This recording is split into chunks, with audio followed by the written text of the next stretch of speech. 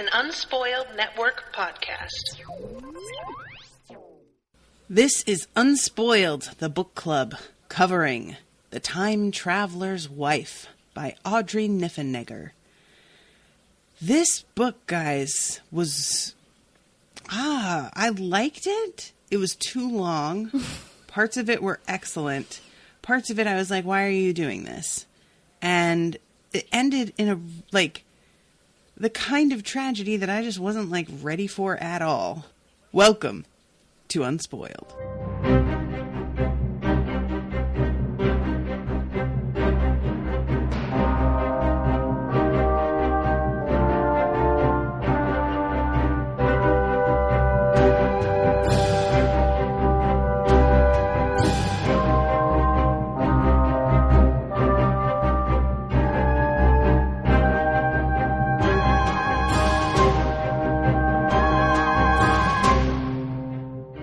Welcome to the show, everybody. I am Natasha. I'm Jamie. I'm a human disaster today.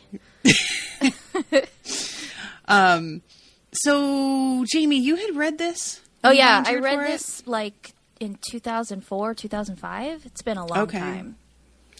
So right around when it came out, right? Yeah. Okay. I worked at a bookstore, so yeah. Oh, gotcha. Okay. Why did you volunteer for this one? I remember just really being in love with this book and having not read it in a really long time. I had a moment of panic of what if this is as bad as some of the other ones that I remembered liking when I was in my early 20s? Yeah. But luckily it is not. Mm-hmm. I still think it's a really, really good book. And you put time travel in anything and I'm in. I really love time travel. Okay. I like the concepts of time travel in this book because they're completely different from anything else I've seen or read before. Yeah, that's interesting that you say that, put time travel in anything, because time travel is usually the thing that makes me sort of veer away from things. For me, I find it a lot of times to just be downright confusing. It's the sort of thing with, learning algebra or something, where you get it for a split second and you're like, oh, and then immediately your brain loses it again. Do you know what I mean? Yeah. Well, part of the problem with time travel is that everybody has their own rules. Mm-hmm. And there's no solid rule for time travel. Right. Sometimes people pick and choose what they're going to include, or sometimes they just make things up themselves completely, like in this book. Right. But, usually when you try to figure it out, you're like, well, no, that's how it is in this thing. It's not how it is in this thing. Time travel in Lost is completely different than the time travel in Looper. Right. Yeah, that's true. Looper is one that I want to rewatch because I felt like I was so fixated on exactly how it worked that I didn't appreciate the weirdness of the story itself that was going on. This is something that the time travel, while of course it informs everything, it doesn't feel like... What's the word I want? It's not that this time travel is incidental to the rest of the story. That's not true at all. But it feels like this story is not about time travel. No, because Do you get what I mean? Yeah, it only involves this one guy and his loved ones, basically. Mm-hmm. There's no big overarching thing that he needs to fix or change or solve because of it. It's just living.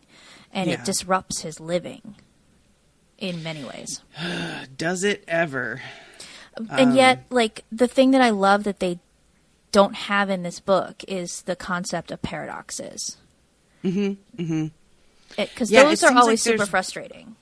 Yeah, and it seems like there's one time where his younger self tried to talk and say something to warn the other, and that didn't, physically could not do it. And it's sort of not mentioned again, and I'm not sure if I was reading that right. Well, okay, so we're going to jump into this real quick. The two main characters here are Claire and Henry. And Henry was born with some sort of genetic disorder that causes him to travel in time completely outside of his control. He does not choose where he goes, and he can only travel naked. So clothes cannot travel with him. He cannot bring money with him. I loved that. And so, yeah, he lands different places and he is completely, like, vulnerable and has to learn how to pick pockets and pick locks and basically survive with literally nothing. And there's a circular sort of weirdness to it because he learns how to pick locks and pick pockets because when he was little and time traveled, his older self teaches him how to do it. Mm-hmm. And there's no, like, origin of that skill. It's completely contained within his own time travel. So, like, that's a really weird thing that comes up a couple times. Like, the loop. Later on, Claire has the list of times that he's going to be coming to visit her that he gave to her, but that he gave to her because she gave it to him. So where that comes from, there's no, like, beginning for that, which I find really interesting. Yeah, it's these weird little time loops. Mm-hmm. And if you really try to think about that kind of stuff too hard, it's going to, like, make your brain hurt. Because it shouldn't be possible. But time travel is not possible. So trying to figure out how this is possible is just, it's, like, almost wasted energy. Yeah, it sort of reminded me of, have you read Outlander? Yes. And that series? I've read the first book and this, like, half of the second book. Okay. Well, later on, they are settled somewhere, and she is one of the people that has time traveled is learning how to create a plumbing system, running water.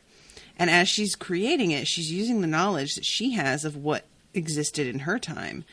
And she sort of stops and, like, asks her husband, how many things do you think were invented by somebody who knew how they worked already and just came back and did this? And they sort of, like, puzzle over that for a little while before finally coming to the conclusion that it really doesn't matter. Right. But just an odd idea that, like, sometimes maybe somebody isn't, like, you know, a genius prodigy that can crack a code. Maybe they were a time traveler and just knew already. And it's a bit of a cheat code, which is a weird thing. Yeah, there's, like, some crazy theories about, like, Bran in Game of Thrones, especially TV version of Game of Thrones, that if I try to think about it too hard, I'm like, oh, God, I just can't. I can't. And it really I can't just, figure like, out how this works. Yeah, like, in the end, it just sort of is. What does it matter? You know, like... Right.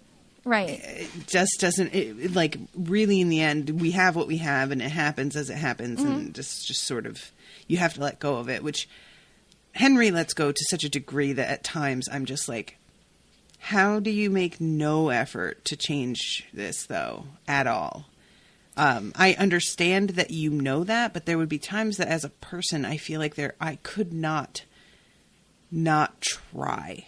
And we never really get a lot of moments where he's genuinely just like, I know it's futile, but if I don't try, I'm not going to be able to live with myself. Well, look, the one time he does try to change something, even though I think he knows they have a kid, but he goes and gets a vasectomy anyway. He doesn't know they have a kid. He doesn't.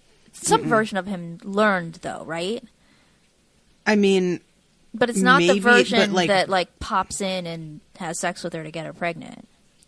No, he doesn't know that they had kids. And the version of him that gets a vasectomy does not know. Okay. So, yeah, I don't know. I just feel like that's a weird, like, you know, I was waiting for it to come to, for example, September 11th, and then watching the Twin Towers come down. And, like, something of that scale, I don't know how he doesn't even make an attempt to do something. I think maybe because it's not that kind of story. I guess so, but, like, we don't even have to see it. We could just hear afterwards, you know, I tried calling, people didn't believe me. Or I thought about calling and decided to try and do it from a payphone since they would try and track me down after making that call, thinking that I knew something. Like, there's a lot of stuff that we don't actually see, but we hear about, like, later from him because of the way the story has to be told. So yeah, that was the only thing that I didn't feel like I really related to Henry on that, because he really was so willing to be like, to accept that things happen how they happen. And I'm just not, I don't think I could, you know? Yeah. So the way the story goes is interesting, because the first half of it is Henry is older and he's traveling back to when his now wife was a little girl.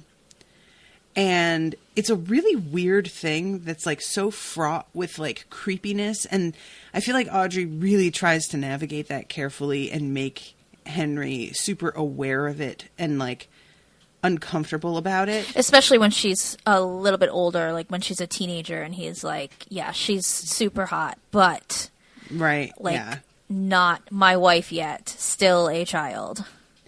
And it's a kind of interesting like power dynamic, because at this time he knows what's in their future together and she doesn't know anything, and he doesn't want to tell her and influence her too much. Eventually it gets out that they wind up together, but he's careful about letting her know that when she's too young, and it might like kind of make things weird. And then later on, once they're together, they don't meet in his timeline until he's like 28. Yeah. And he is completely unaware of all of the stuff that happened in her childhood, because for him that isn't until he hasn't done it yet. you know, 15 years later. It doesn't, you know. So then she has the power, because she has all of this knowledge about things that are going to go on between the two of them, and she does not tell him about it either. And it's just an interesting thing that the two of them, like, it's such a huge space, 20, 30 years between, when one of them has a lot of the cards in their hand and the other doesn't, and how much that flips, and how we often think that the person with the time travel ability is going to be the one that knows everything, but it turns out, because of how it works, that's not necessarily true, which I kind of found really interesting. Yeah, and even like when he pops into her life, like throughout her lifetime, it's all different ages for him too. It's not like it starts when he's 28 and continues until he's 45. It's sometimes he's 28, sometimes he's 36, sometimes he's 30. You know, like he just goes back there throughout, like from the time he meets her, or from the time he falls in love with her. Like then she's like a constant, and he just keeps going back to her throughout her lifetime. But he doesn't ever choose it. It's just where his body takes him. Right. And I love that an interesting thing that he doesn't choose it. Yeah. And like most of his time travel is back to things that matter to him in his life. And there's like a few times where he's like, I ended up in Muncie, Indiana. I have no idea why. And those are like weird anomalies of like, why did this happen to you? Otherwise, you're like, unfortunately, watching your mother die over and over again, and building a lifelong relationship with your future wife when she's a child. Yeah, he says that he thinks that there are times in your life that have a certain kind of gravity that draws you back over and over again if you have this ability, and or disability, as the case may be. And it sort of reminds me of like being a therapist and having to pinpoint pivotal moments in somebody's life. And it seems like what a therapist would be like, okay, this is obviously something, are the things that he tends to get drawn back into repeatedly.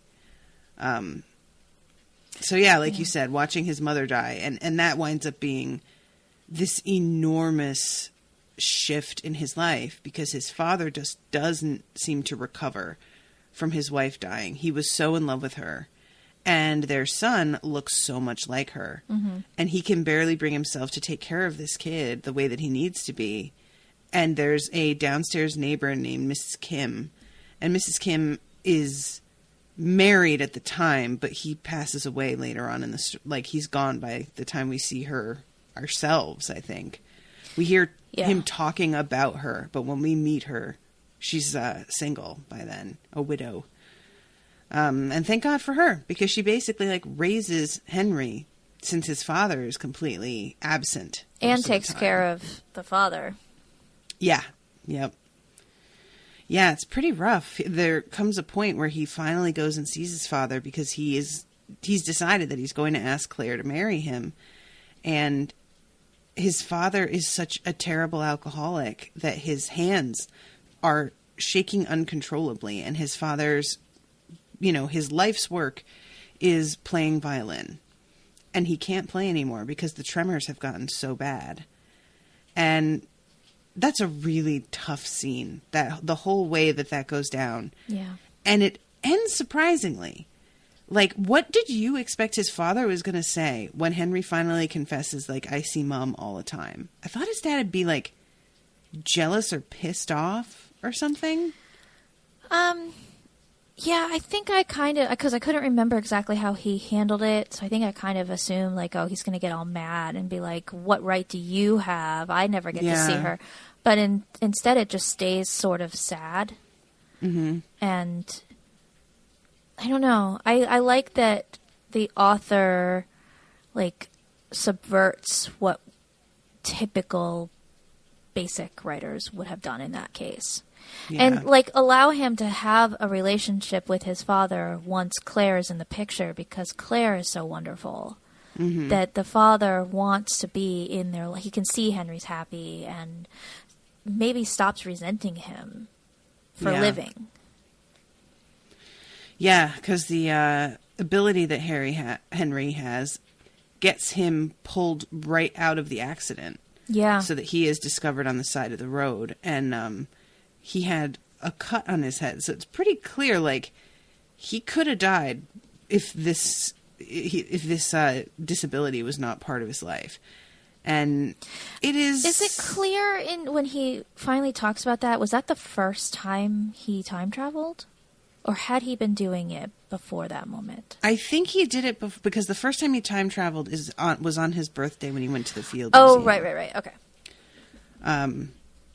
So yeah, the field museum thing, it's really fun because we get to see it, the actual, like, birthday day with his parents, we get to see from his perspective as a kid. But then when we get to his time traveling, we see that told to us from the perspective of his older self, who winds up in the same place and shows him how to manage. Yeah. And that was a really wild idea. I really like that a lot. Yeah, I love it. I love that he can interact with himself. Mm-hmm. And, like, at times where he's like, hey, it's winter. I showed up on the street in Chicago. Can I crash at your apartment? Like, yeah, I love that. No paradox. Yeah, all right. So I want to get into the weird stuff for a sec here because, there's that one scene that... There's a lot of weird scenes, so you're going to have to be more specific. I'm talking about the scene that's like, basically, it's two versions of him, both 15 years old. And the subtext here is that I'm guessing that they were, like, performing oral sex on each other. I thought they were just masturbating together. Maybe. I figured that there was something more than that because all of the dudes that I have known in my life all confess that at one time or another they have tried to suck their own dick. That has been just a part of, like, growing up a dude and being like, can I do it? And I feel like if you had a whole other self and you had never had a blowjob, you would absolutely try that shit out because it's you, right? So it's not like... and especially because he says, I'm not gay or anything. And I feel like just jerking off with somebody, you're not going to feel the need to, like, make that sort of qualification. Are you? Unless you're jerking each other off. Well, that's kind of what I thought. I mean, that's even so... I don't know. I think he got freaky. I'm trying to find it in the book. Do you remember? It's early on. I don't remember the page. It's very early on. I was really surprised, actually, because she puts those cards on the table so quickly that I expected there to be a lot more, like, weird sex stuff. And it actually doesn't turn out to be much of a thing. But I really expected there to be, like, Mrs. Kim throws out a line to Claire at one point about having a menage a trois for their wedding night. Mm-hmm. And I was like, oh my God, is she going to do it? Like, I don't know what Henry's reaction would be to that, if he would be jealous of himself and be like, no, I'm not cool with this, or what. But if I were Claire, I would definitely be like, well, listen, how against that are you really, though? The closest that they come to it is the time that he shows up and gets her pregnant while his other self is sleeping. Mm-hmm. Yeah, and she doesn't even realize that it's not him at first. So that one doesn't quite count to me because she's kind of like passed out when he comes in. She's like dead asleep, and he holds her attention on himself to ensure that she doesn't see that he is actually sleeping next to her still. Yeah. So, he says we are in flagrante delicto. What does that mean? That means completely naked. Okay. Yeah. But yeah, I guess it's sort of left vaguely enough that we could take it either way. Yeah. So they're both naked. His father opens the door, and then he's like, dude, you knew that was going to happen? You couldn't tell me? And he's like, well, it happened. Read that part where his other self is trying to talk.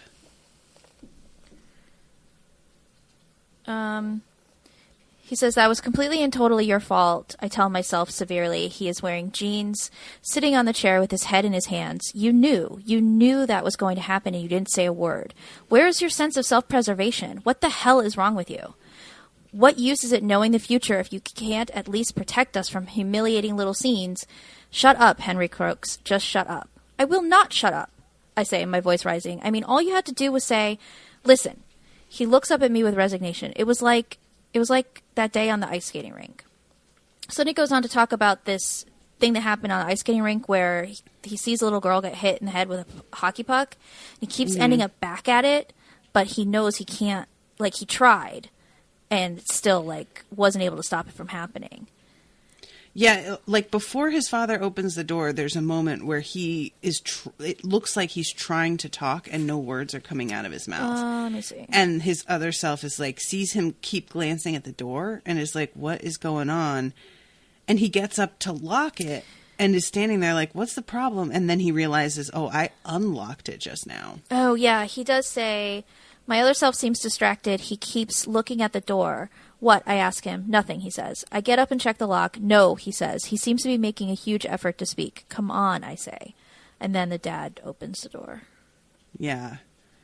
Yeah, and that's like one of the only times that we really see what seems like a physical, like, force that is keeping him from being able to change anything. Which is an interesting, like, that I've seen in some time travel stuff, that you can change things, but it takes like this enormous amount of effort and is not necessarily going to work. Mm-hmm. Like, you can maybe mitigate something happening, but you won't necessarily completely prevent it.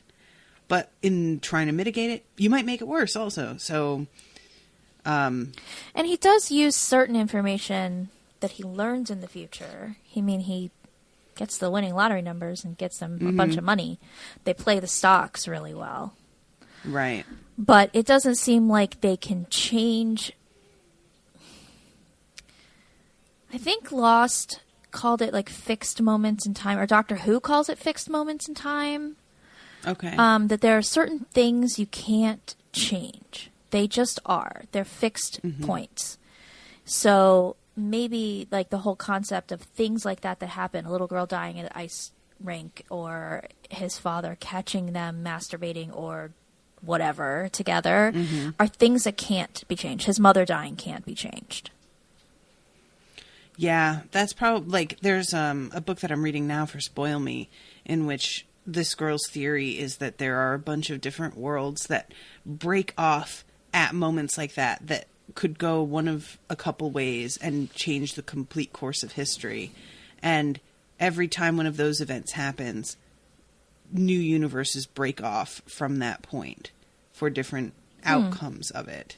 And it's sort of a similar idea that some events are just so huge in one way or another that they either can't be changed, or the changing of them is such a huge, like, shift that an entire new universe comes out of it, which is kind of wild. Yeah.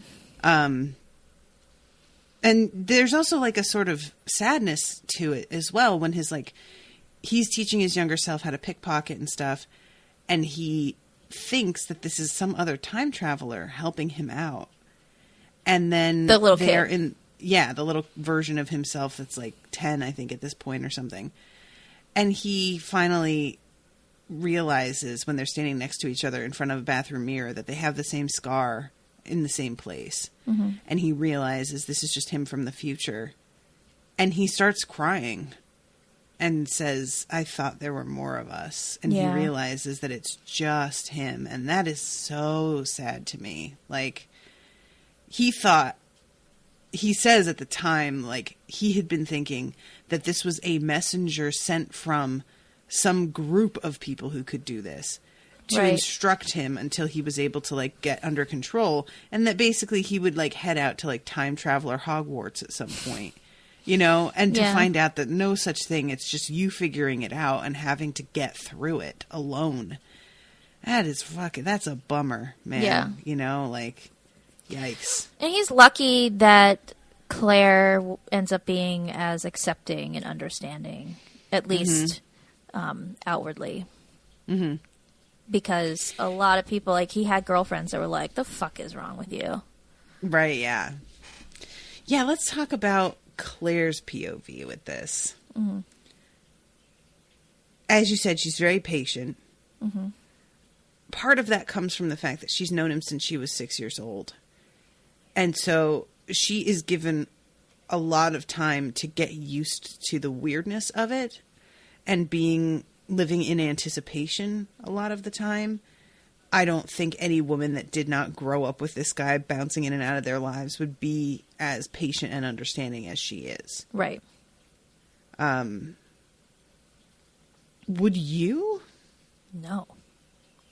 Like, I'm okay. Think I would either. I'm okay with being by myself. I enjoy times where I've got the house to myself, and even like when Jason has to go out of town, and I'm cool with, you know, having a few days or a couple weeks or sometimes a couple months where it's just me. It's lonely, but I'm okay with it. But if it was always and it was unpredictable, I would be so frustrating, especially when you're like, where did you go? What did you do? And he can't always say. Yeah. Or like show back up and you're all bloody. Like, what the hell? God. Yeah. Yeah, there's so when I first started reading it and thinking about, like, you know, him being away a lot, my instinct was to compare it to being married to Brendan, because Brendan was away so much of the time for work.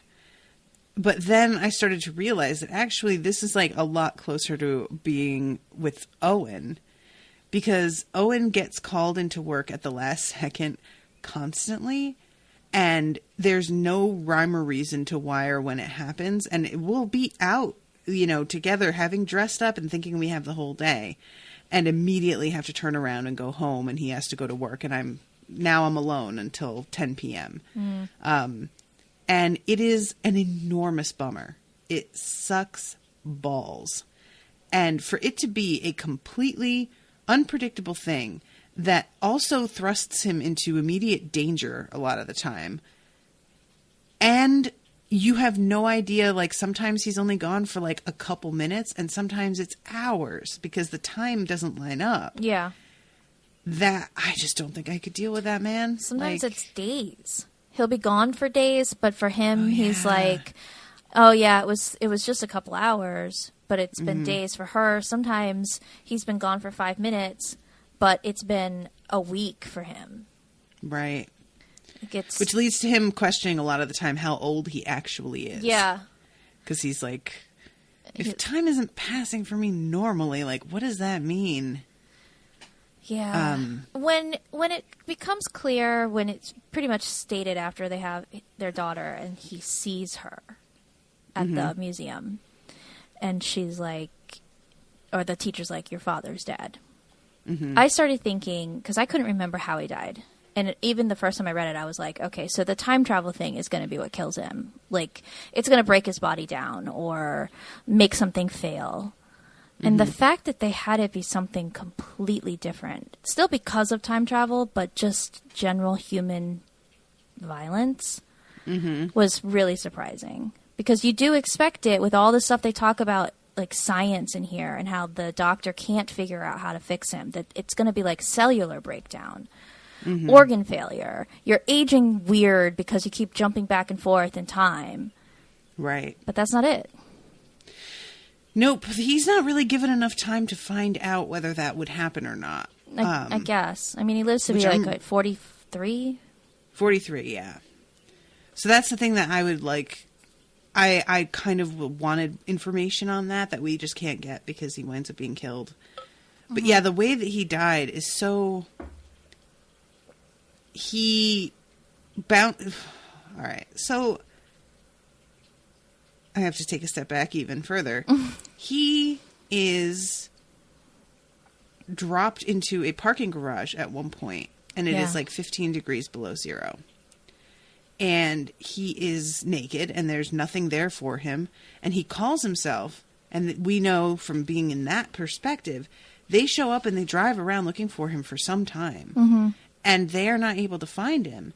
And they kind of just wind up having to go home because they don't know what else to do. He couldn't have gone in the building. Like, he doesn't have, the tools with him to do that. And we find out later that resulted in hypothermia and frostbite that results in him having to have both of his feet amputated. Yeah. Which is enormous. Like, that is a serious bummer. Well, and it's established... I wasn't ready for that at all. Yeah, I know. And I'd forgotten about that part of it, so I was like, oh, fuck. And it's established so early on that he runs every single day, and it's not just because it's good for him, it's because it's a matter of survival. When he pops into a place and he's naked, he needs to be able to be fast. He needs to, sometimes he has to run immediately, and so this is life or death, this being able to run. So when his feet get amputated, you're like, well, what is he going to do? Yeah. Because he can't control the time travel. Yeah, it's basically a death sentence. Like, him losing his feet, they both know, I think, that this means the end is coming quicker because he has no means of defense. Yeah. So, yeah, he, after this amputation, which is just, it's brutal, man. Like, guys, I was just, like I said, was not ready for this at all. He is... transported back to Claire's yard, or the acreage outside her family home. Claire's got money. And her father and brother are out hunting. And it's in like 1984. Yeah. And he pops up, can't run, can't do anything. They see him just a flash, and they think that he's an animal, and they shoot him. And he immediately goes back into the present with the stomach ripped open from shotgun. And that was actually a little bit better than I expected, because I thought he was going to die in 84. And I appreciated that he's able to go back for just a second.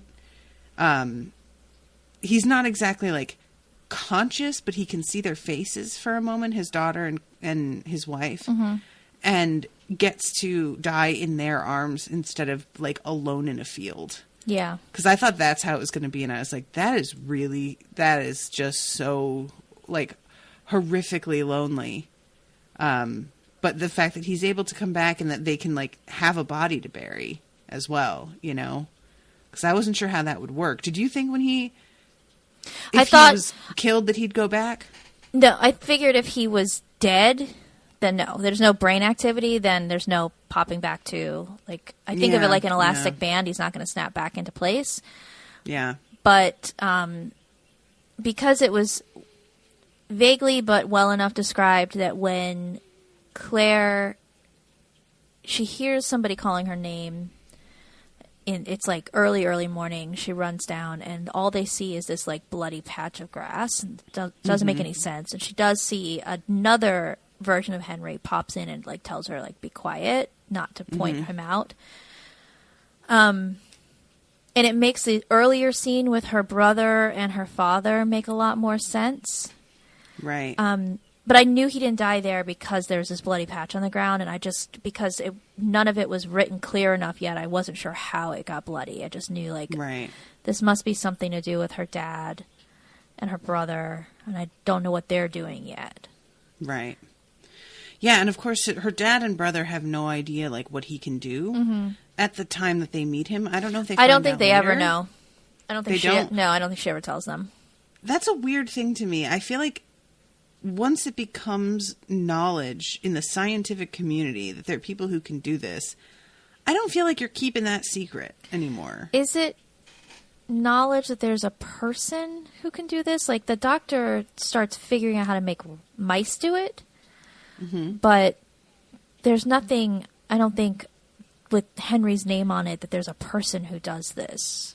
I mean, he uses Henry's cells to clone DNA to put into the mice's DNA in order to get them to do this. But does he report that that's what he's doing? I assume so. I mean, he's got huge files and has Henry come in all the time. There's He no way said that keeping he that was secret from. He was piggybacking Henry onto a grant he already had for something he was already going to be researching. Sure, but Henry is coming in for examinations and getting sleep studies done where he disappears in front of a crowd of people. I don't know. I know she tells her sister, right, at some point. Or no, we never see her tell her family. No. But her family is at that New Year's party where he dies. Are they? Her sister definitely is. Okay. Yeah, and her dad is because, they're all there. Because her dad is, there's some line about him flirting with somebody who works with Henry. Isabella. Yeah. Okay, yeah, I remember that. But I guess they wouldn't have to necessarily explain the gut shot. Like, they live in Chicago, so maybe it was a stray bullet. I mean, I have to think if they see him, like, vanish and then reappear like this. Nobody saw him vanish or reappear. He was in the backyard with Claire by himself.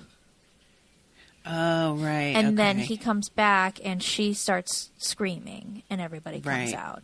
And a lot of people there do know that he time travels, but I don't think her family did.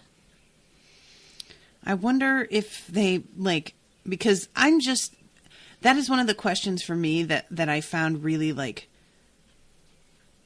frustrating, I guess, because we get in the very, very beginning when I'm trying to remember exactly when the conversation happens, but he tells her they call me, like, chrono impaired and that gives us the impression that this is something that we start to, like, know about as a species and give a name and understand, or at least begin to investigate.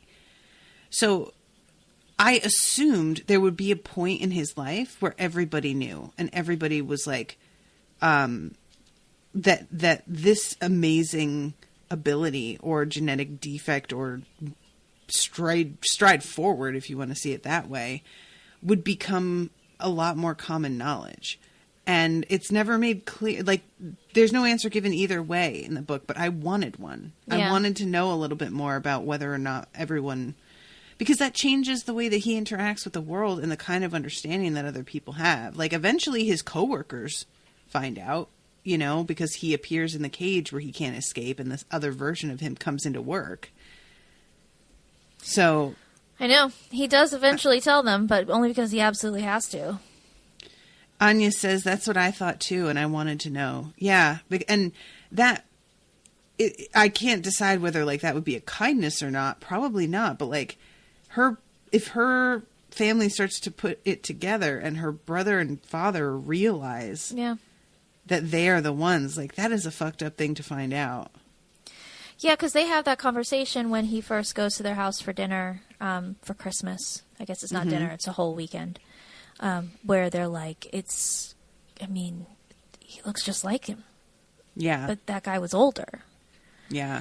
And I just figured they saw him in the meadow at some point. I completely forgot. Like I said, it's been a long time since I read this book. Yeah. So I completely forgot that it was really her father accidentally kills him. Like, how does she ever... Well, maybe she doesn't know, because Henry doesn't have enough time. I'm pretty sure she has to know, because she ran outside in her nightgown and saw the blood and saw them with their guns and everything. Yeah, but I figure she has to figure it out. Do you think she just puts it together like, oh my God, that's what that was? Like, how do you ever... Yeah. Can you be mad at your father? Like, you killed my husband. I think you can. You just have to, like, you also have to have the logic about, but that doesn't change being angry about it. Yeah. Yeah.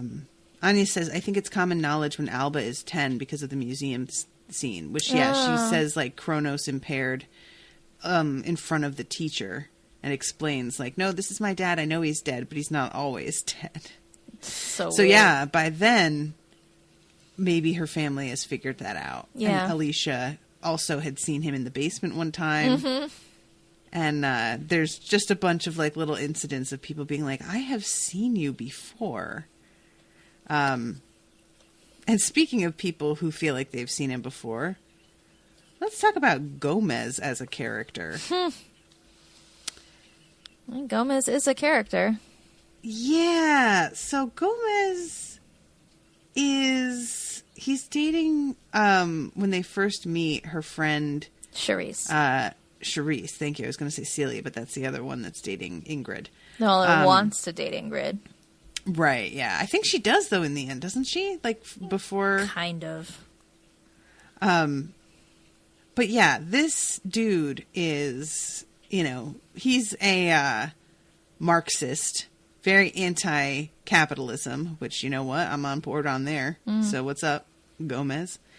But he is, like, the ultimate nice guy in a lot of ways, because he just wants to be with Claire and literally waits for Henry to die so that he can, like, step in and pick up the pieces. Even though, and it's such a shame. He's then married to Charisse. They have children. Mm-hmm. And he's still like, aren't you lonely? Don't you like this? Like, starts kissing her neck and shit. Like, dude. Mm-hmm. In a really Gross. weird, surreal scene in which she sort of, like, detaches from reality. Yeah. And feels him touching and kissing her and interprets it as Henry doing this stuff. Yeah, it's like her brain just weird... decides it's Henry. Yeah. She has her eyes closed except for when she's, like, looking at the table because they're in the kitchen. But it's so... And I can't get over because I really wanted so badly for him to be like, you should think about dating. You need to move on. You need something new.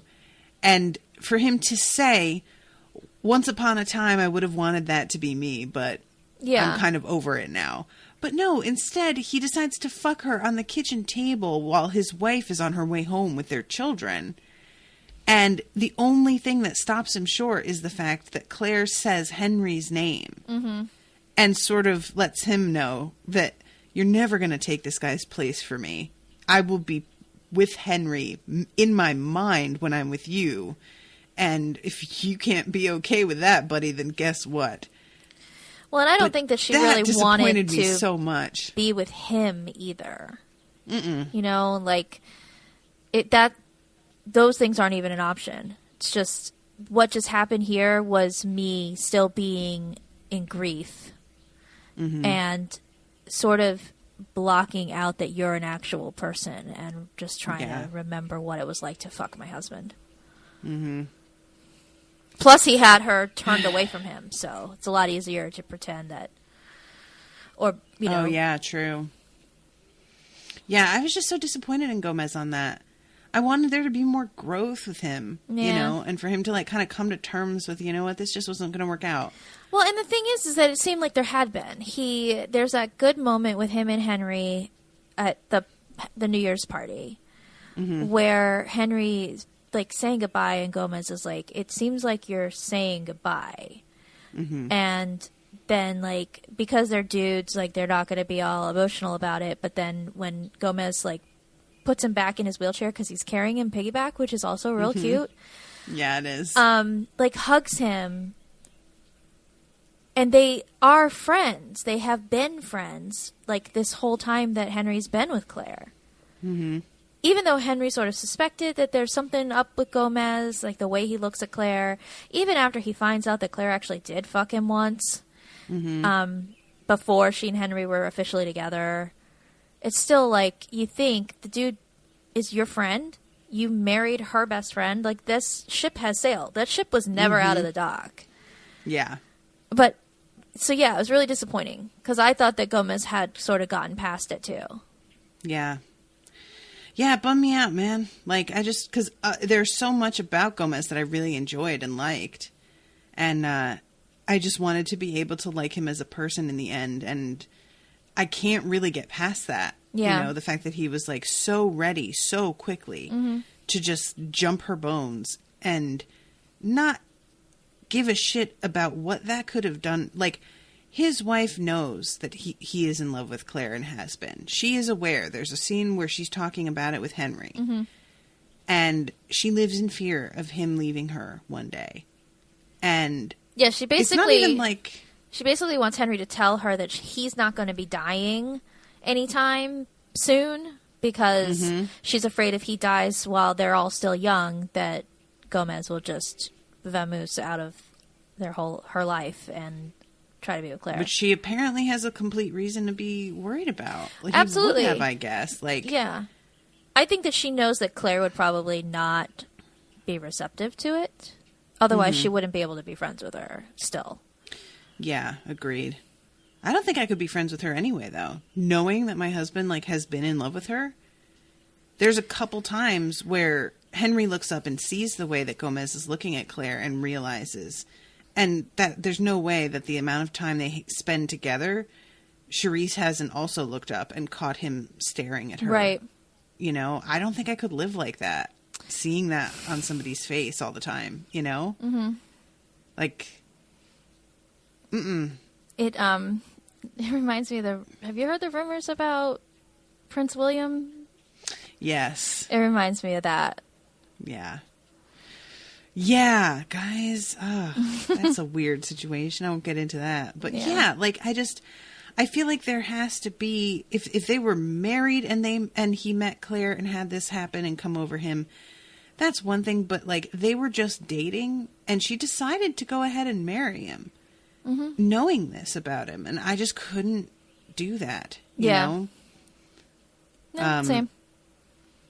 And I just can't imagine, like, what did he think he was going to do? Did he think he was going to fuck Claire on the kitchen table and she would be like, yes, leave my friend and your children and come be with me? Well, he's not. Is that what you think? No, he's that guy. He's that guy. He's not thinking about what she might want or feel or anything in that situation. He's, like, capitalizing, for lack of a better term, on her grief and her loneliness and trying, I don't know, he's being a fuckboy.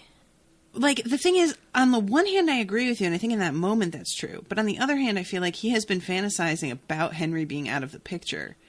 So he has to have some sort of vague notion of what he would do. Sure, but he probably has never considered whether or not Claire is even remotely interested.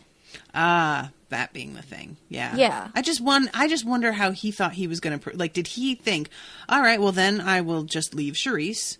And, you know, like, if we go with the fact that Claire is receptive, if we play into his fantasy, what did he think exactly he was going to, you know, like? I think that he probably was thinking, I get everything I've ever wanted and nothing else matters.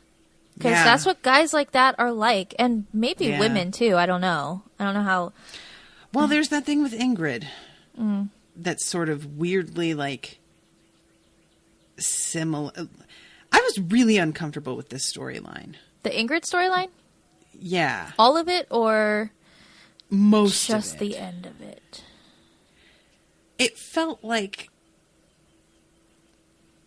I just didn't really understand it. And this is probably something that, like, I don't really have a good frame of reference for it personally.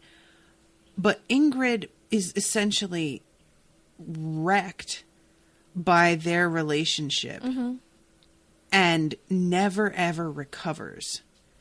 To the point when he pops up at one point, that motivates her to kill herself. Yeah.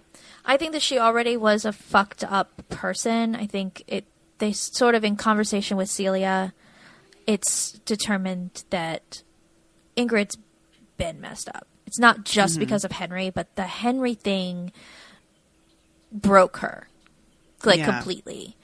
Like, she was always depressed and whatever, but with Henry, she obviously loved him, and he didn't love her. And they fought a lot, and then he, left her pretty much when he met Claire.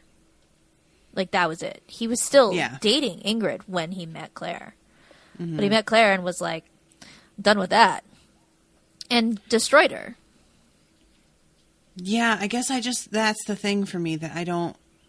The idea that, one ruined relationship would be enough to completely, take you down and you would obsess over it to this degree is something that I don't understand, and it feels...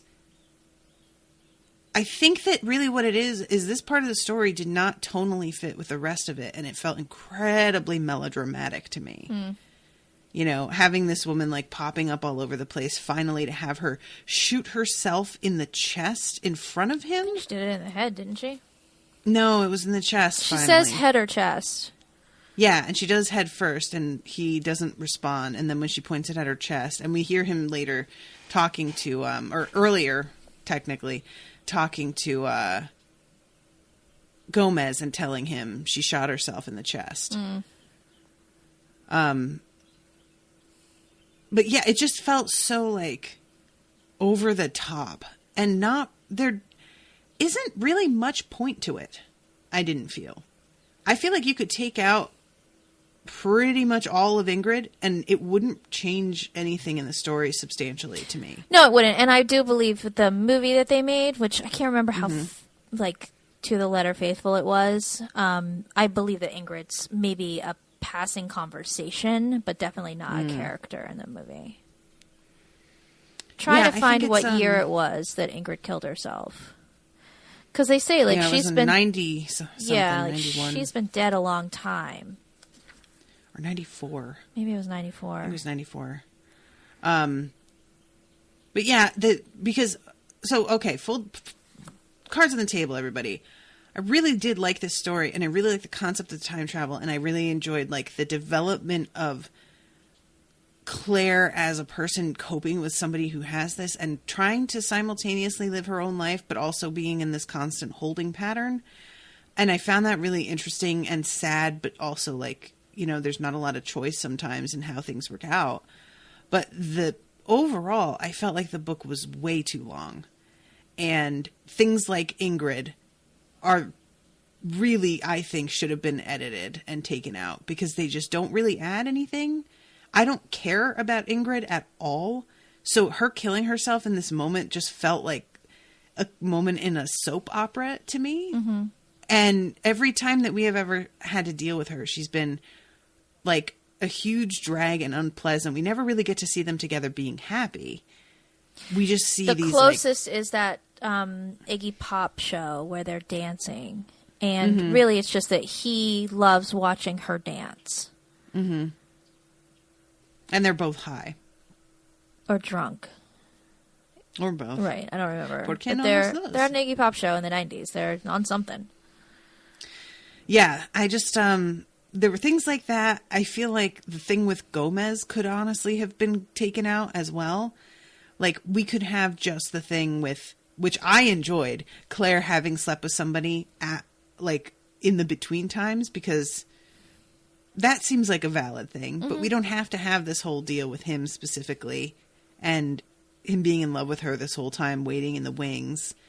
And there are a lot of really detailed conversations and stuff that drag and turn out to not be completely relevant, that I just was can we get to the part, can we move past this, please? Because it was just really frustrating a few times how much I wanted to know what happens next. And we stay in this certain point, and it's not like a conversation where he's revealing to somebody what he goes through.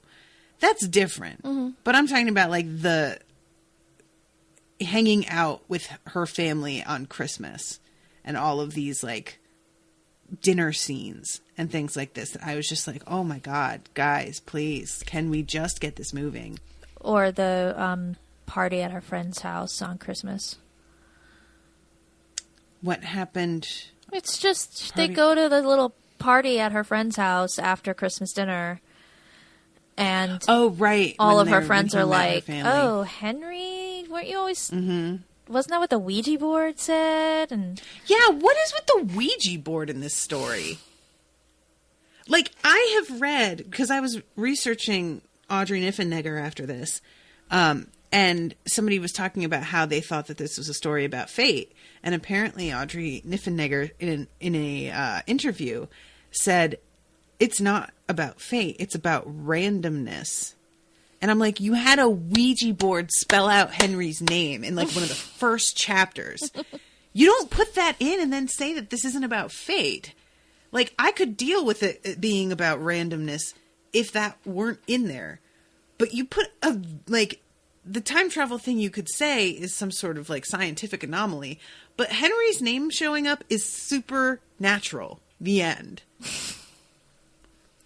Unless Claire was actually pushing it herself and pretending that she didn't. I mean, it's sort of implied, like...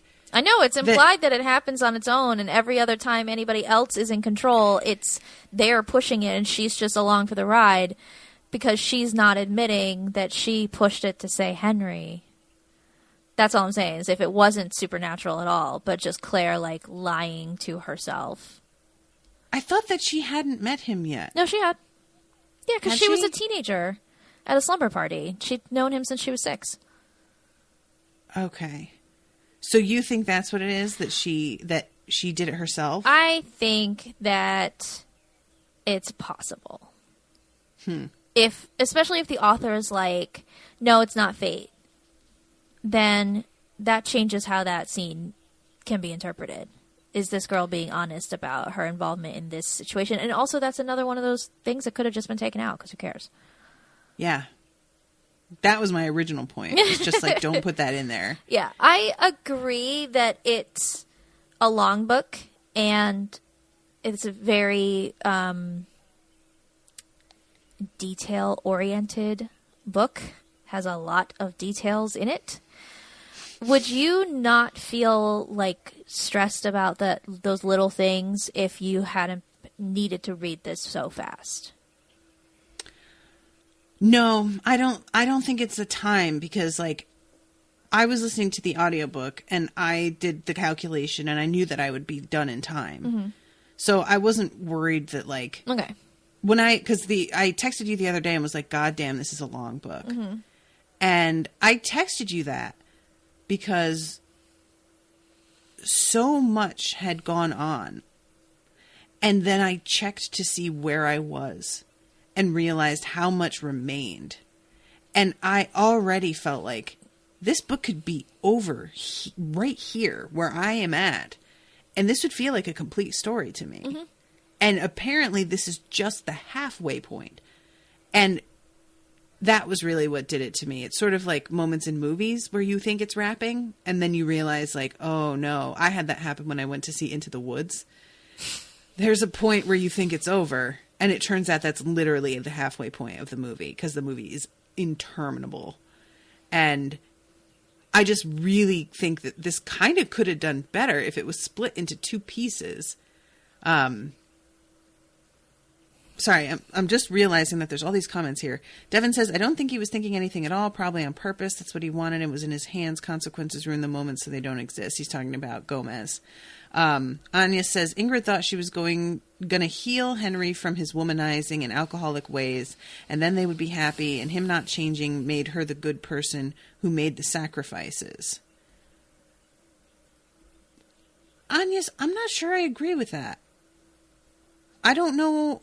I think that she didn't I think Ingrid used his inability to give her what she wanted or be what she wanted as another thing to be a martyr, be upset about. It was an excuse to not that, okay, people are depressed, they don't find excuses to be depressed. That's not what I'm saying. But she was unwilling to even try, it seems, to break out of her depression, find ways to take care of her depression. And we only know that because Celia is like, she's not fucking even trying. Yeah. Like, she just wants to be miserable. She's not going to therapy. She's not like taking medication for this. She's not trying to cope with it. Yeah, Henry being a shitbag to her was just another thing, another reason for her to stay in the place that she was most comfortable being, because trying to fix herself was too hard. Yeah, and specifically that she thought she was going to heal him from his womanizing and alcoholism. I don't see that, because they were going out partying and she was still doing drugs and stuff herself by the time that he catches up with her. Yeah, I think he just broke her heart. Yeah. And she wasn't strong enough to get past that. And so it became the thing that defined her. And we don't know how young Ingrid was at the time. Like, Henry is 28 when he meets Claire, so he'd been dating Ingrid for a couple of years leading up to 28, but we don't know how old she is. Mm-hmm. And I remember in my early 20s, the first time I had my heart broken, I thought it was the end of the world. I thought I was never going to recover. I thought I was never going to be whole again. And it took a couple of years, but eventually I got completely over it. And the moment I realized I was over it, I was like, oh, does that mean that it wasn't real? That I was actually able to get over this? Or am I just growing up? Now I'm just moving on. And I was like a sad moment, but also the most freeing moment. But I was really young. I was, 22 the first time my heart was broken. So if she was young like that, they could. She also assigns this, because she tells him you got married and you invited Celia to the wedding just to spite me. Yeah, she wants to be upset. She's not trying to get over it. It's just a weird sort of I wanted to be with you, but I also think that you are literally the devil and doing things purposely to be cruel to me. Mm-hmm. And yet I want you. And I'm like, girl, you need to figure out what you want, because none of this is. And that thing about you invited Celia to the wedding just to spite me. And when he's like, actually, Claire is friends with Celia for some reason and she invited her. I think that it was another one of those moments for Ingrid where she's like, oh, fuck you. You don't even think about me, do you? Well, now you're going to think about me because I'm going to shoot myself. She wants to believe that he's doing things to hurt her because that means he's thinking about her at all. But then she finds out she's not even a factor. Yeah, she's not a factor to him at all. For some reason, his time travel rubber band snaps him back to see her when he's at his lowest. At this time where his feet have been amputated and he wouldn't be able to get away from her if he tried. It's a weird thing where maybe, I don't know if it's a soul or whatever, is maybe you should make amends with Ingrid because you did just break it off with her with no reason after dating her for a couple of years. Mm-hmm. I don't know. I'm probably putting more into it than it really deserves, because she's just a little detail in his life. Everybody has.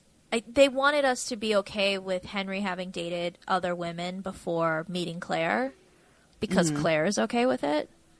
So they have to give us, or Audrey Niffenegger has to give us this woman.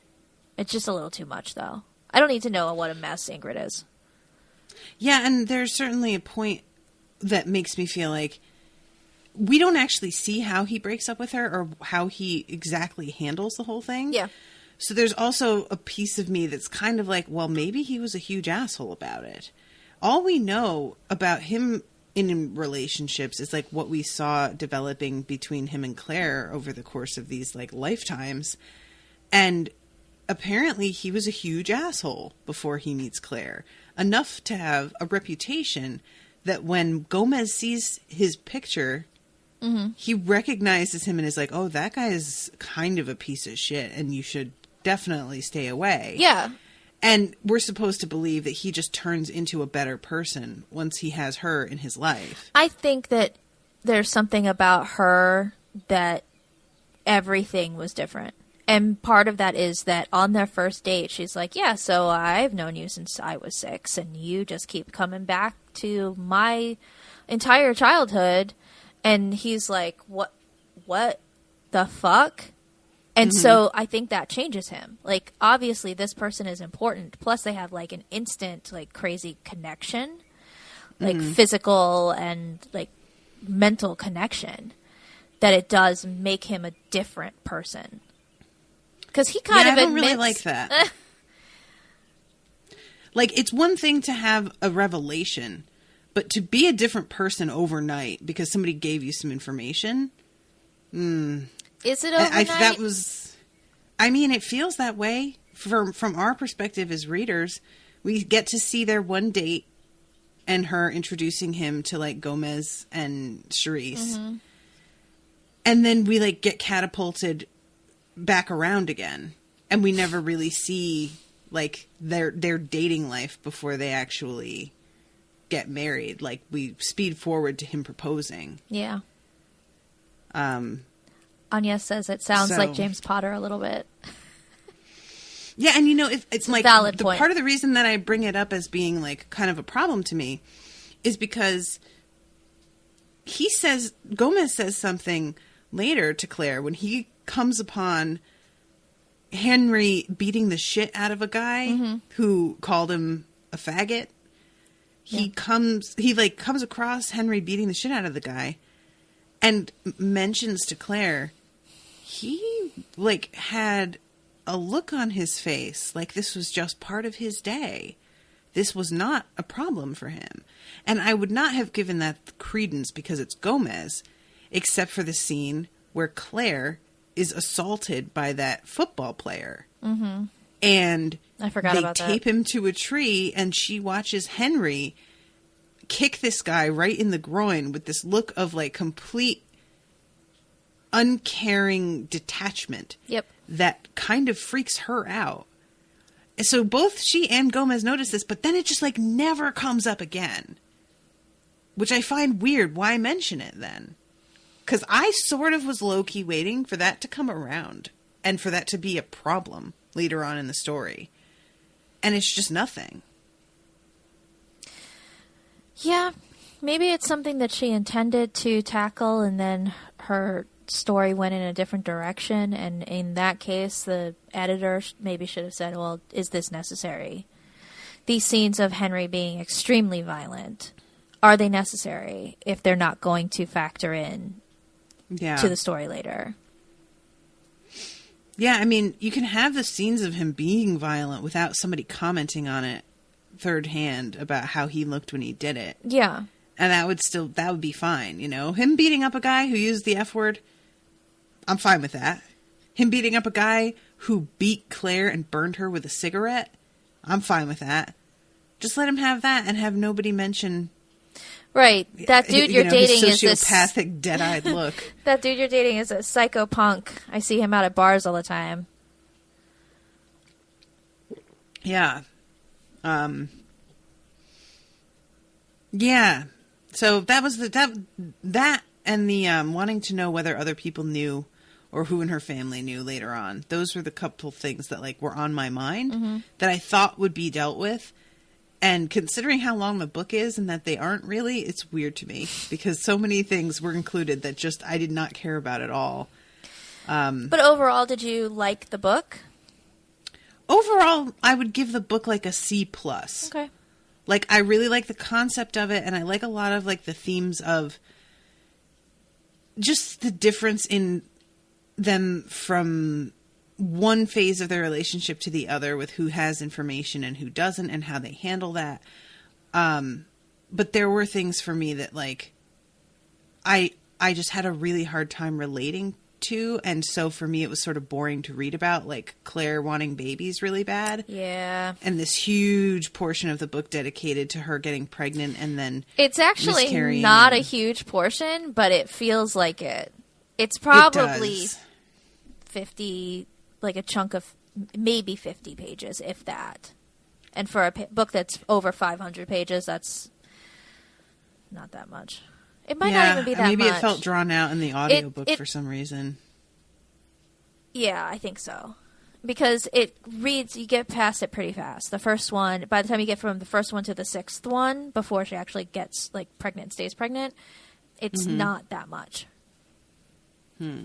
Because there's also stuff in between, but it's really but when I would imagine, because even I don't relate to that either. Mostly I'm on Henry's side, dude, stop doing this to yourself. This is painful. It could kill you. Just stop. It's okay. I just zipped past it. I just read through it pretty quickly because I knew at some point she was just going to get pregnant and it was going to stick. I thought that the part of the miscarriage stuff that I guess I couldn't relate to the most was all the art that she created because of it. And they described the art, and you know what? Describing art, not the same as seeing art. So I appreciate the author's dedication to this paper art thing that she had Claire do, and I like that Claire's an artist in general, but trying to describe to me the different types of paper and all of the things that she makes out of it, if I can't see them, I don't care. Yeah, that was the kind of thing that I felt like I am somebody who used to do this stuff, and if I don't find this interesting, I can't imagine who does find this interesting. And it comes at it every time, like you said, we know she gets pregnant. So that's part of what makes it feel, I think, so long, is that we find out really early they do have a baby, and we know this. But then we have to sit through all of this, belly aching from Henry, who's deciding to get a vasectomy. He's going to get a secret vasectomy, which, by the way, I saw a post on Facebook not very long ago from a woman who has been trying to get pregnant for a year and has been in this deep well of grief, and then found out that her husband has had a vasectomy the entire time and never told her. So this is a real thing that I was judging Henry pretty harshly for going to do without telling Claire. If he was going to tell her after he did it that he had done it and not just continue to keep it a secret, then maybe that's one thing. But I'm not confident that he was going to do that either. I don't think he was going to, because she's like, you were going to get a vasectomy, weren't you? Yeah. She figured it out just from context clues. Which, all of the comments on this post were just you need to leave him. That's an insane thing that he just put you through, and not what do you know?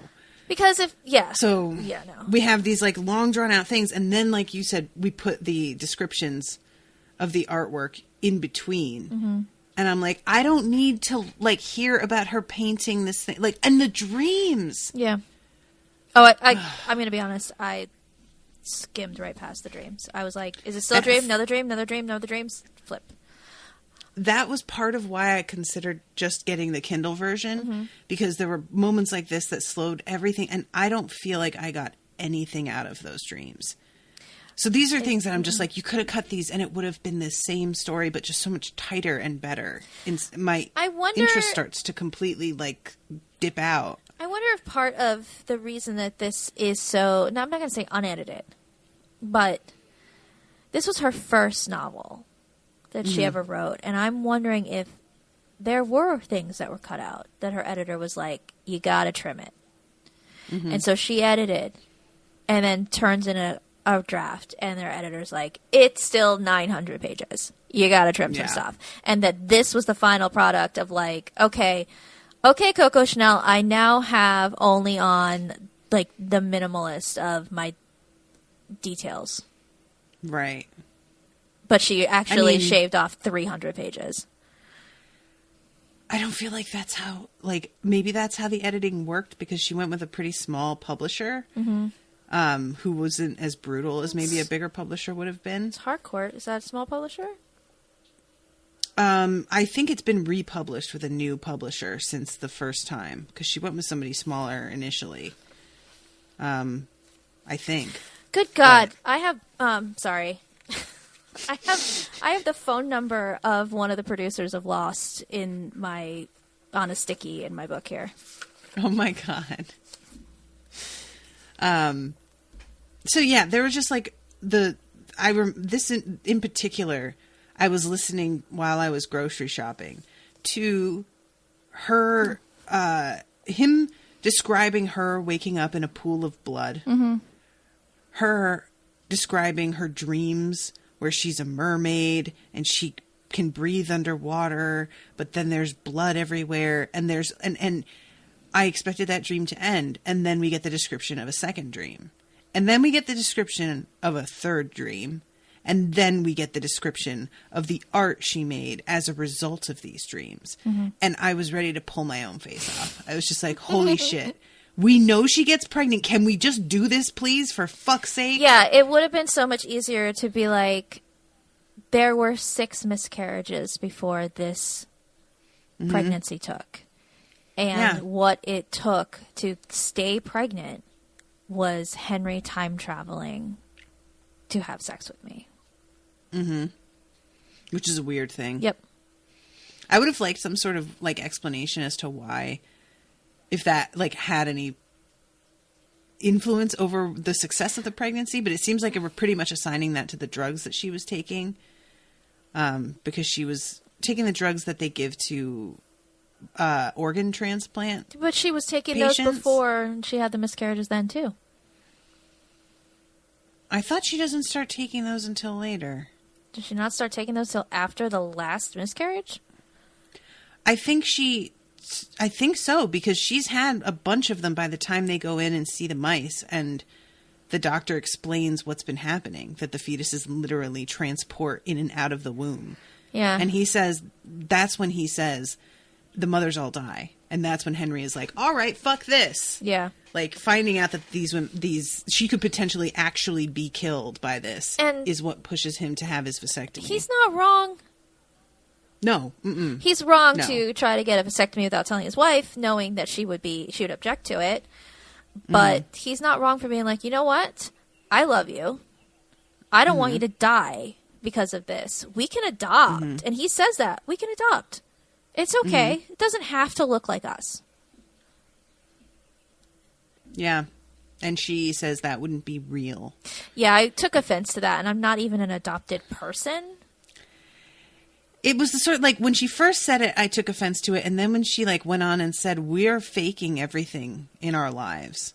And I want one thing. That's how it's supposed to be. Okay. That we aren't having to do something different than the way that, like, the idealized version of everything goes down. And in that sense, I really understood what she meant. Feeling like, I have been cheated out of so many ordinary experiences of being a human being. Because I've known about them ahead of time, or things were, like, set up a certain way and I felt like I had no control of it. If I could just have this thing be mine and be... Yeah, no, you're right. Go the way it's supposed to go. Like, but I do still feel like it bummed me out that she reacted that way. Because I was thinking the same thing, and I was pleased that he brought it up at all. You know, I wasn't sure if he was... I wasn't sure if that was going to be mentioned as an option at all. From how long it took before he, like, suggested it. But did it say snuggle Alba turns on out your... to be pretty cute. Yeah, Alba's cute. I'm sorry. Does it say snuggle on your sweater? That's funny. This is like, I think it was supposed to be like a pajama top. But it's a very rainy, like, gloomy day, and I was like, snuggle sounds good right now. I want my snuggle shirt. That's funny. No, I like Alba. So, yeah. I would love for there to be like a sequel to this book where we get to learn Alba's experiences. There is one coming. A sequel to this book? It's going to be it's going to be called The Other Husband. Oh. And it's Alba as an adult in love with 2 different men. Oh. Yeah.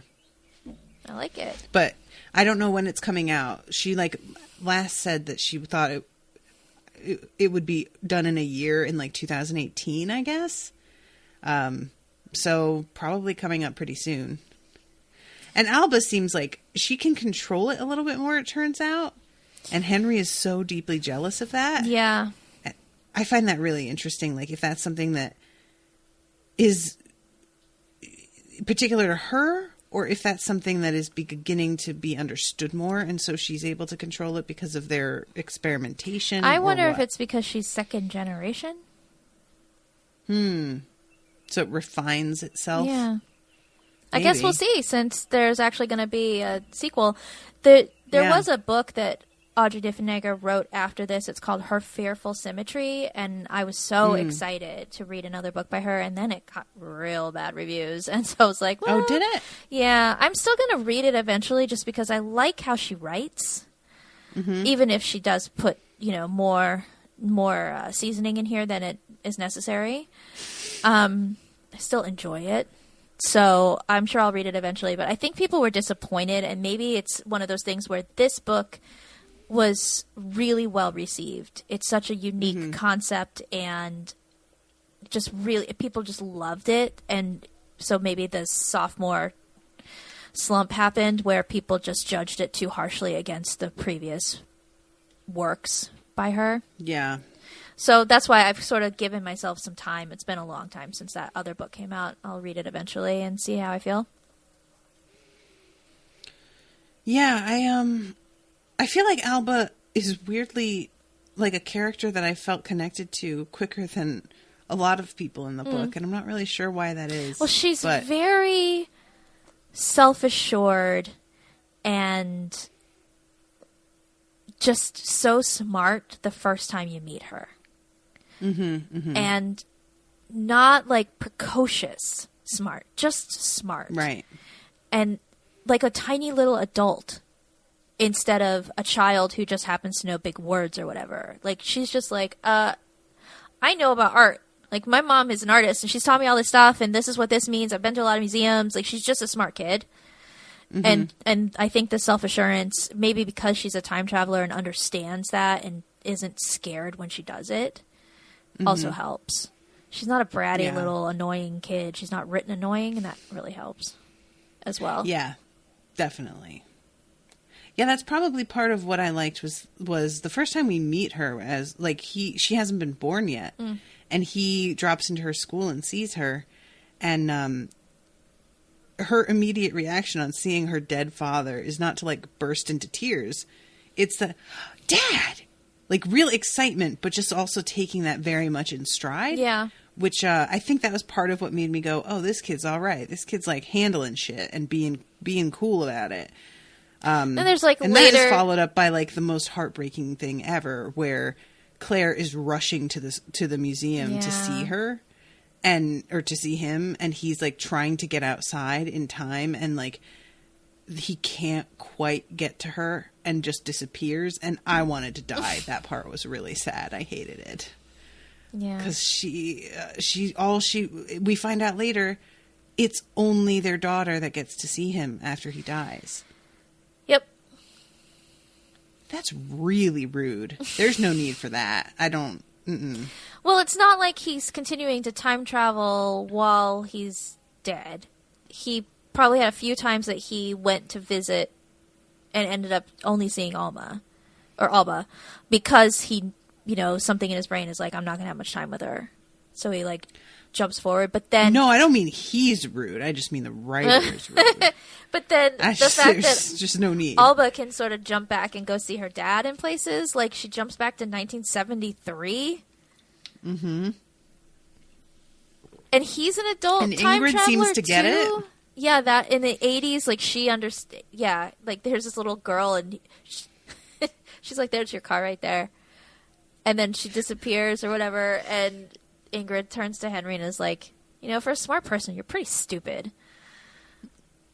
That's fair. Like, how have you not figured this out, dummy?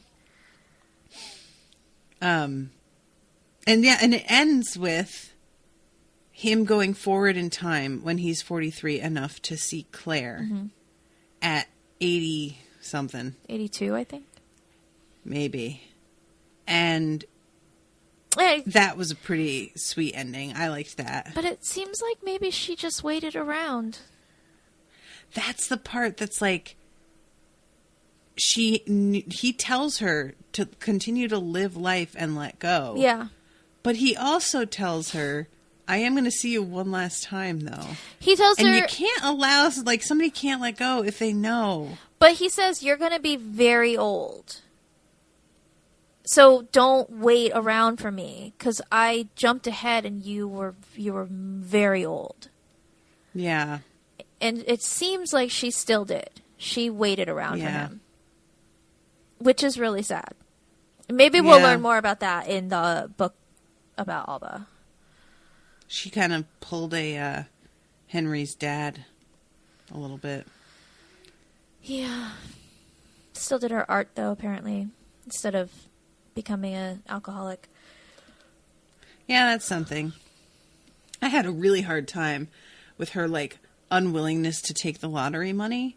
Especially, like, when she is super rich anyway. So the idea that they, like, needed this money in the first place separately was weird to me. I'm like, did you not get any money from your family? She talks about anything? a trust fund that she has when she's still in school. Yeah, I guess I just, like, I wasn't under the impression that they were that much in need. And then when he tries to, like, take care of it, she doesn't want to take it initially. And she finally sort of comes around, but she's really grudging about it. And I was like, girl, because she said something about how, like, well, this is cheating.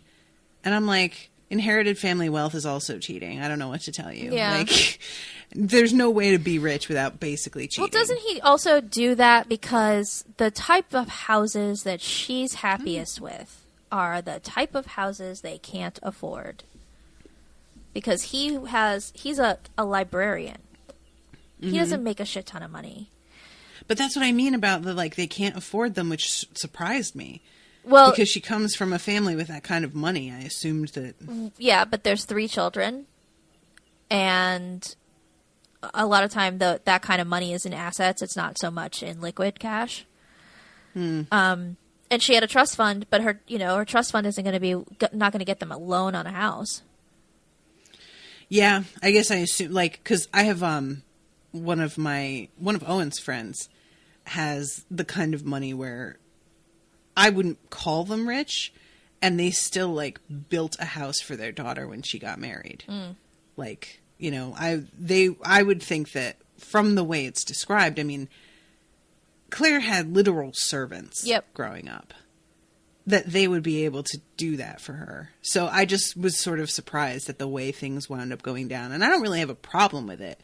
I just was surprised, you know. If she wants to make it on her own, then cool. I get that, you know.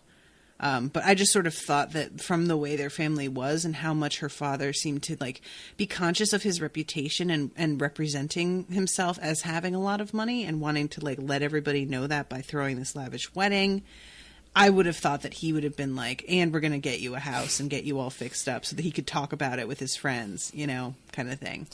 Well, if she used all of her trust fund money on buying a house, too, she would have to get a job.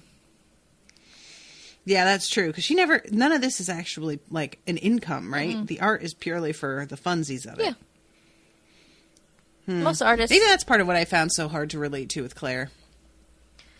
Like, I really like Claire, but that aspect of it, like, oh, poor little rich girl. There is a little bit, you know, like, I don't know, that the fact that none of this was... She was lamenting how living with Henry when they first got married, she felt too, like, closed in and everything. And, like, her studio was so small that her ideas became small as well. Yeah. But it didn't feel like she's saying how difficult it is, but she's not, like, actively trying to do anything to help herself out of that situation. She's not getting a job so that she can earn money to get someplace. Like, he winds up literally having to, you know... Get winning lottery numbers. Yeah. Like, so I think that was part of it, was, like, this passivity that she seems to have a lot of the time.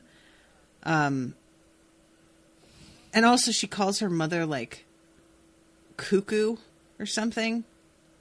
She uses some word to describe her mom after her mother has, like, that breakdown at Christmas time. And I was just like, that's just... I mean, your mother's not, like, hallucinating and stuff, like she's dealing with emotional problems, but it's not, she's not living in a whole other like dimension of reality. And she just seemed so embarrassed by her that it felt out of proportion to what was actually going on. I think that might be a product of the age of the author and the lack of understanding of bipolar disorder, which it's named as manic depression in this book, which they don't really call it that so much anymore. Yeah. Because there's more understanding about it now. But this book was written, it was published in 2003. Audrey Niffenegger was not a, early 20s woman. She was a professor at a college or something. So she was a full-grown adult who probably didn't really have much understanding about bipolar disorder other than sometimes they're really super happy and then they're really depressed. Yeah.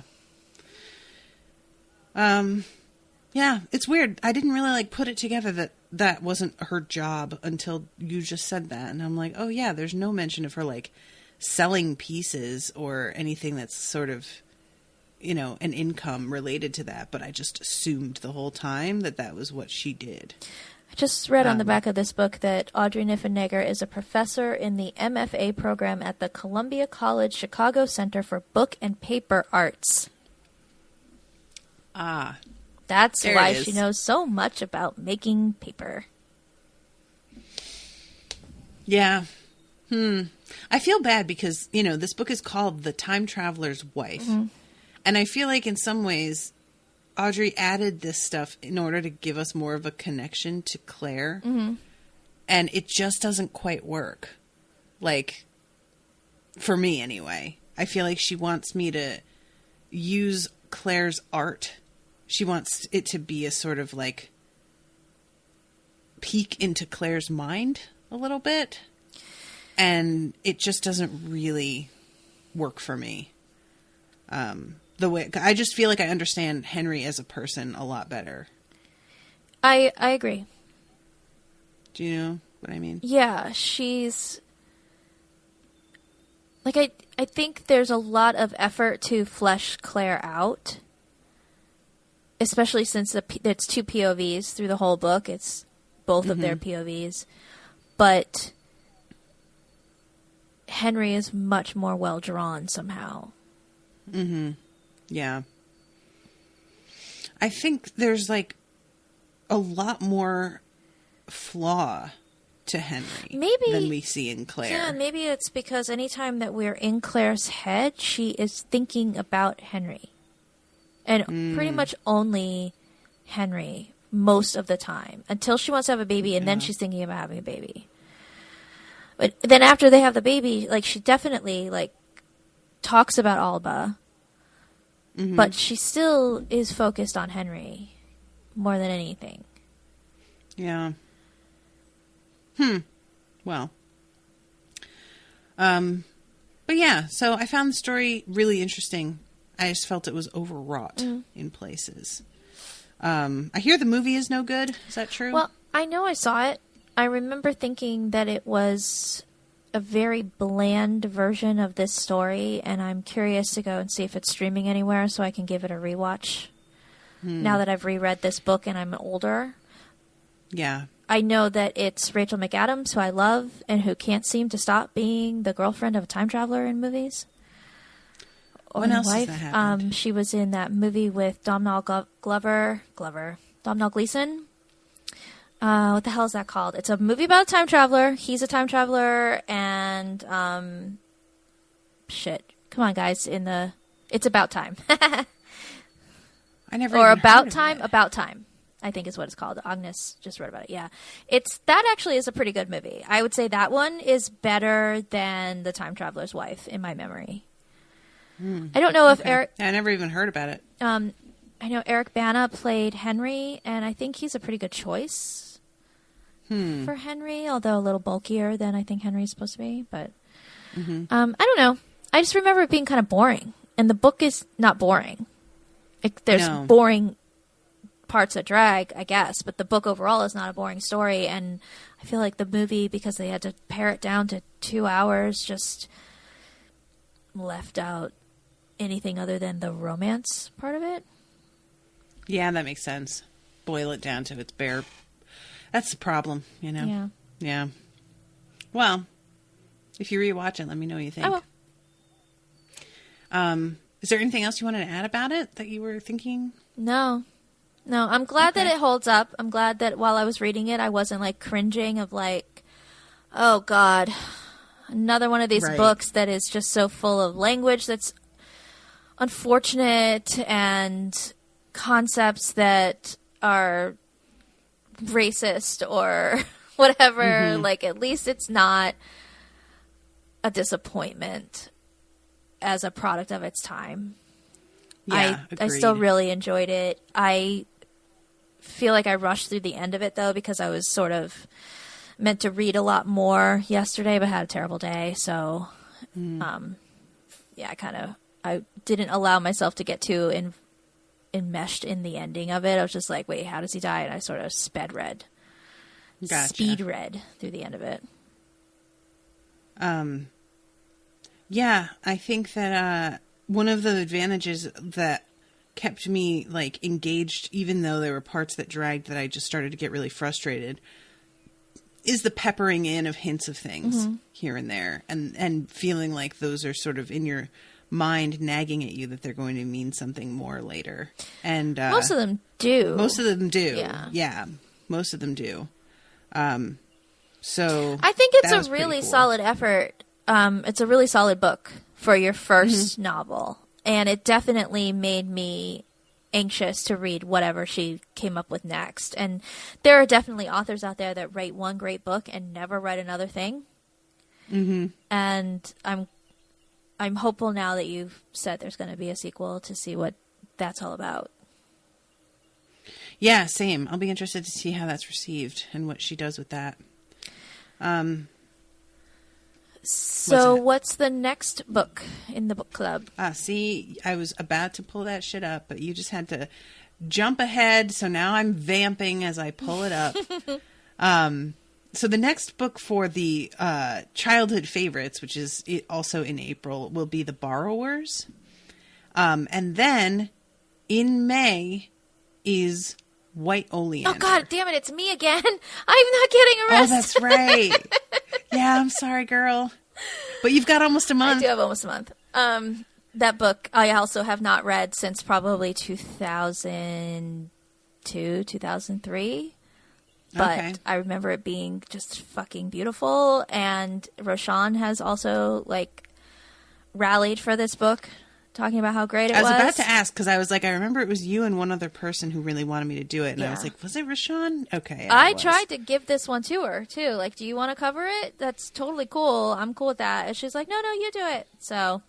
Yeah, she's got a lot of recording with me with Game of Thrones and everything coming up. So it's a good thing that she hasn't been doing any book clubs, because she'd just be totally overwhelmed. Well, I am excited to reread White Oleander, which is a book I also already own. So that's also a bonus. I can just find it on my bookshelf. And that's another one that has a really, really excellent movie. Like, really excellent movie.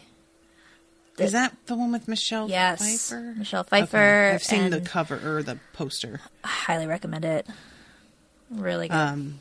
Well, if I can get the book read in time to also watch the movie, I'll try and do that. I feel like White Oleander is it might feel like a fatter book, but it's a faster book. If that makes sense. Okay. Like, I feel like in my memory, the book is fatter than this one, but that might just be that the print is a little bit bigger. Mm-hmm. Because the print in this book is actually pretty small. They're really trying to keep it under 600 pages. But Janet Fitch just writes differently. It's a faster flow of reading. Okay. All right, cool. So yeah, guys, stay tuned for that. The Borrowers and White Oleander. And hope that you guys enjoyed the coverage of this. If you have any thoughts that you want to write in with, you know where to find us. Facebook.com/UnspoiledPod, Twitter at Unspoiled Show, Instagram at Unspoiled Podcast. And thank you, Jamie, for joining me this Saturday afternoon. Oh, you're welcome. I'm glad my headache went away long enough to do this. Same. And we will be seeing you in a couple weeks. So, toodaloo, motherfuckers. Bye.